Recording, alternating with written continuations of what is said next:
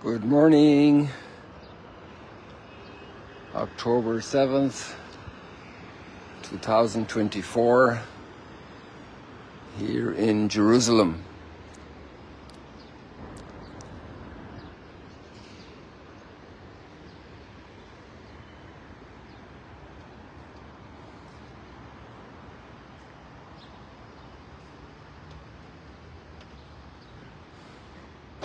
Completely overcast.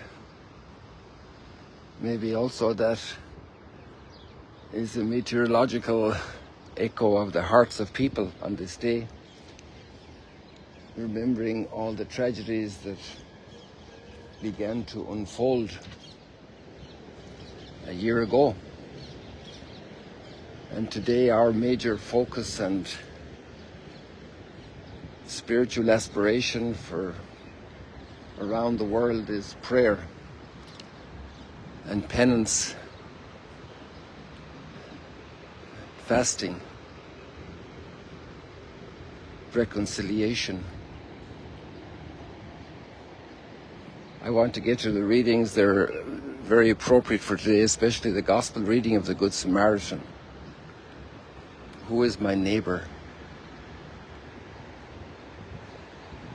The one that's beat up, especially if he's my enemy.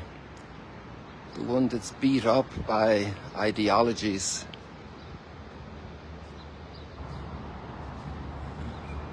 Exhausted, deprived of truth, deprived of goodness, dysfunctional in society, destructive. And he may very well be, or she, listed as my enemy. And my role is to be a blessing for my enemy, like the Good Samaritan was. You remember the Samaritan village that impeded Jesus from passing through on his way to Jerusalem. And there were many tensions and very sad chapters in the relationship of Samaritans to Jews and also to Christians.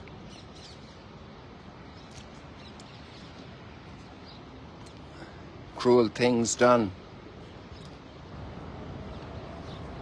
And yet the Good Samaritan is our model. And very practical.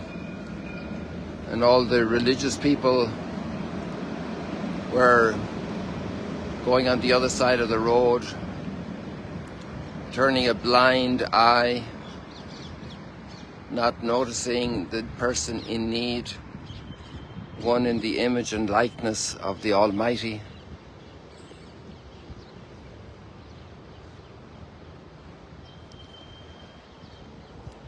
In Magdala one day, during COVID, one of the many groups of Israelis who came to visit, curiosity, interest, alternative vacation abroad. And I asked what type of literature is the New Testament, just to establish background for the stories of the art in Magdala. Look at that red sun, weeping blood on this day.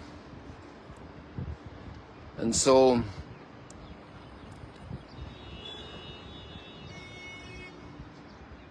I said, what kind of literature? I asked, what kind of literature is the New Testament? And I got a fascinating answer that I've used scores of times since then, because it gave me great insight. And he said, one of the visitors out of the whole group of about 50 said, the New Testament is what kind of literature? It's short stories. And I just thought, wow, you know, that is so true. And one of the first short stories that came to mind was The Good Samaritan. the parables are short stories, sometimes very short. And so many other pieces of the gospel are short stories, like the woman at the well, like the walk to Emmaus on the Easter Sunday evening. Short stories.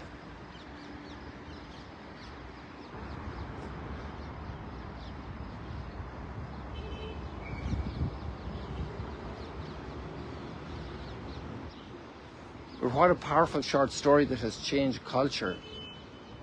Transformative short stories.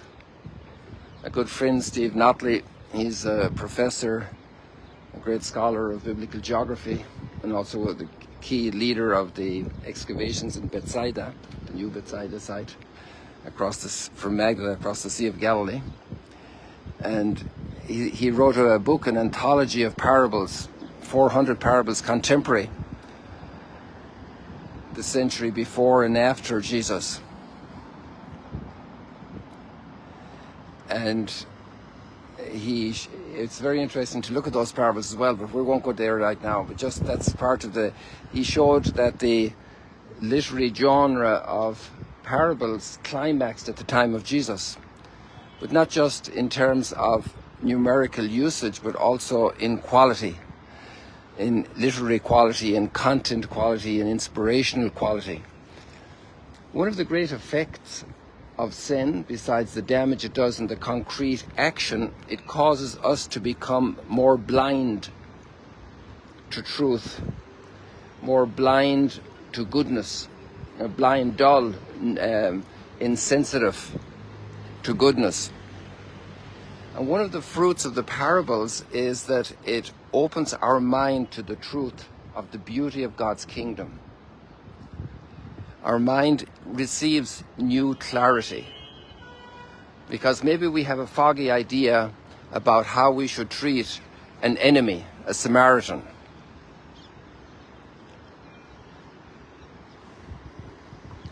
And the Samaritans still exist here, and I don't think they'd be classified as enemies at all.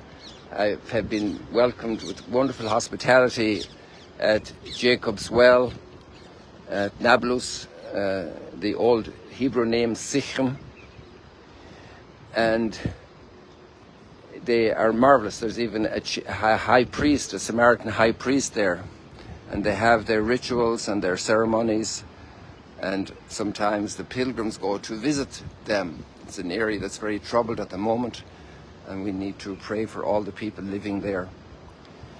So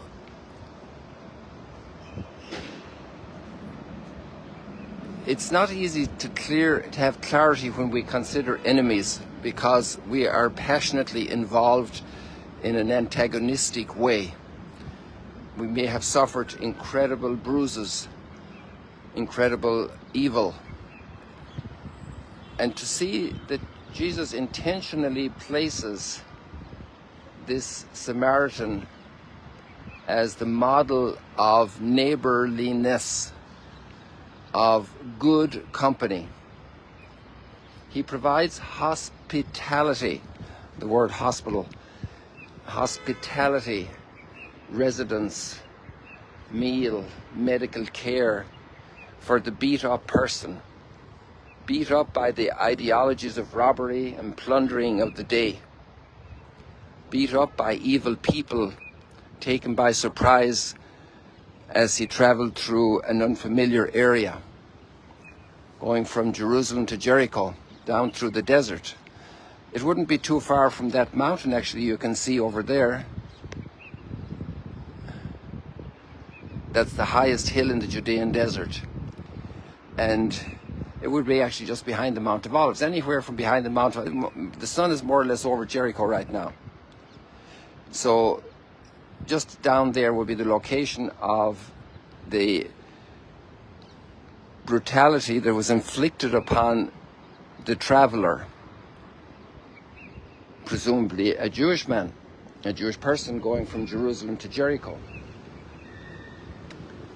maybe on business, or maybe just for pleasure. It was a city of pleasure, and this was the city of grace, the city of holiness, the city of God's temple. and he was beaten up as he tumbled headlong into passions or into whatever. Or maybe just completely innocent, going to visit relatives. Maybe a relative family had a bereavement.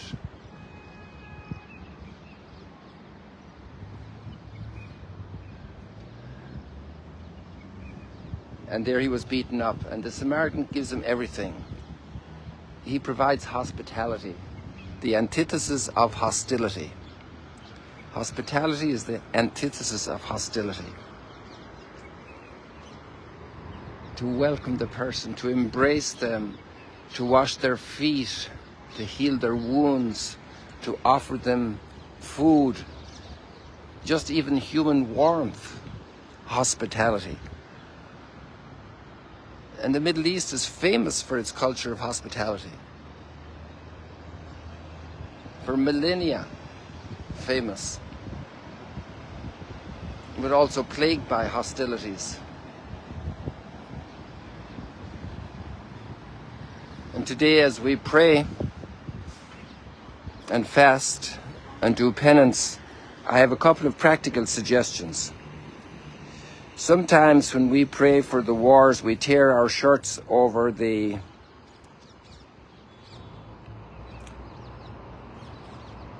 horror of the evil other people do. And obviously it's understandable. But actually, if we relate what's in our own behavior patterns with our families, with neighbors, at work, many times there are deep-seated hostilities, deep-seated grievances toward us by others or from us to others.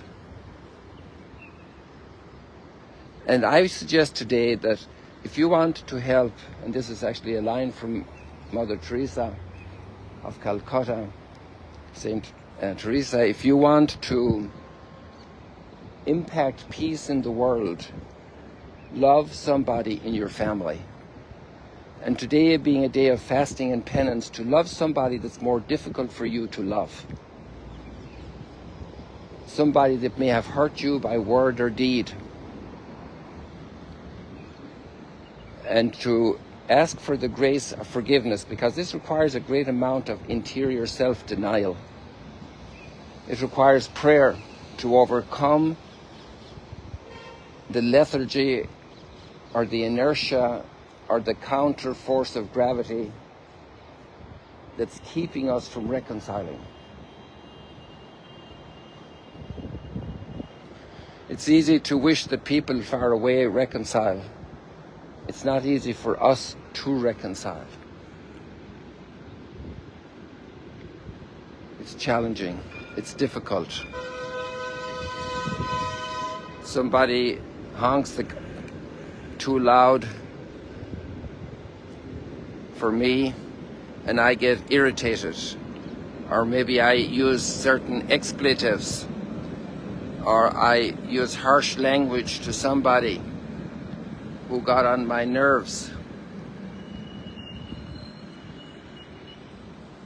Peace, teaching children, that would be a great deed today. If we want peace in our world, teach the children at home how to reconcile by your example between spouses.